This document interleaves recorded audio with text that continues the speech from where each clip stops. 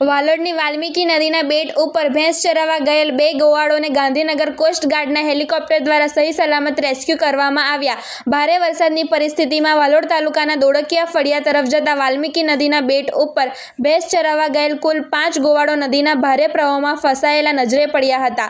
3 ગોવાળોને શરૂઆતમાં બચાવ ટીમ દ્વારા રેસ્ક્યુ કરવામાં આવ્યા હતા.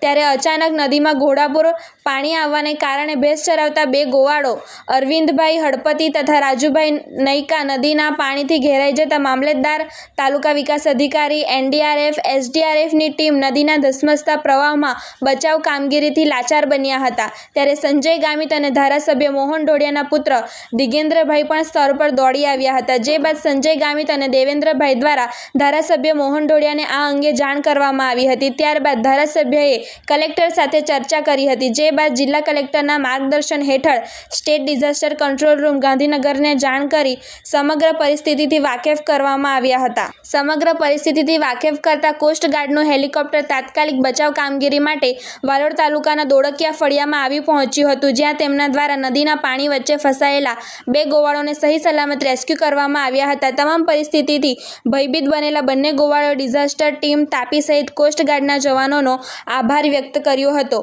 રિપોર્ટર જુનેદ શેખ, તાપી સ્વરાજ ન્યૂઝ, વાલોડ.